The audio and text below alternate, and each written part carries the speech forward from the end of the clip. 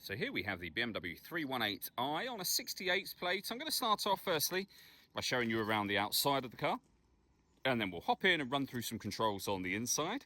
From the outside you can see it's a four-door car with alloy wheels and tinted windows. I'm going to start off in the boot space first. As we approach the back of the car, you can see we have reversing sensors. Plenty of boot space as well, which you can increase by folding down any of those three rear seats should you wish to. Okay, so we're just going to work our way back around to the front of the car, and then we'll hop in and run through some of the controls on the inside of it from there. Now that we've done a full circle, you can see it's in excellent condition the whole way round. Just briefly before we climb in, I think it's well worth seeing the interior from this exterior point of view. There's plenty to run through on the dashboard, so let's hop in and we'll do that right now. Okay, now that we're inside the car, we're going to start with the dials. Over on the left-hand side, we have the fuel gauge. We then have the speedometer, the rev counter, and coolant temperature gauge on the right-hand side.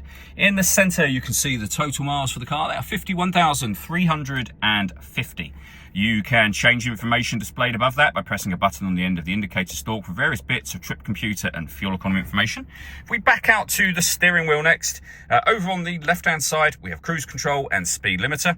We have our phone and stereo controls on the right-hand side. Into the center next, you'll find the main screen. So on here, we have DAB, FM and AM radio. We have a CD player, Bluetooth audio, and USB input as well. All of the movement that I'm making on the screen is being done using the iDrive system, which is essentially this dial and the collection of buttons that surround it. So up on here, so you can access all of these options very easily. We can come back out to your phone. Under the communication heading is where you'll pair that up so that you can make and receive phone calls and use Bluetooth audio. This car's got BMW's business nav, really nice clear color display. It's a very easy system to use. We can also connect up to certain BMW services via the connected drive. Under My Vehicle, there's various things you can check, including the service status of the car. You can see everything is up to date in terms of its service history. Working our way down, we have our hazard warning lights, deadlock, so you can lock and unlock the car doors from the outside, the main volume for the stereo, and the CD player, and then dual zone climate control, so you can adjust the driver and passenger temperature, you can increase and decrease the fan speed, you can determine what direction you'd like the air to be distributed in, down here as well. Once you're happy with those settings, set your air conditioning off, back on again, or hit auto. The car will then take full control for you to maintain the temperatures that you've asked for. And you can come out of that whenever you wish to.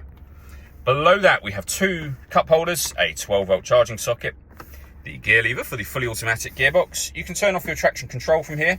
You can turn off your parking sensors from here, and you can change the driving setup of the vehicle. So you can put it into sport, you can put it into comfort and Eco Pro as well. It also has a Sport Plus mode, as you can see.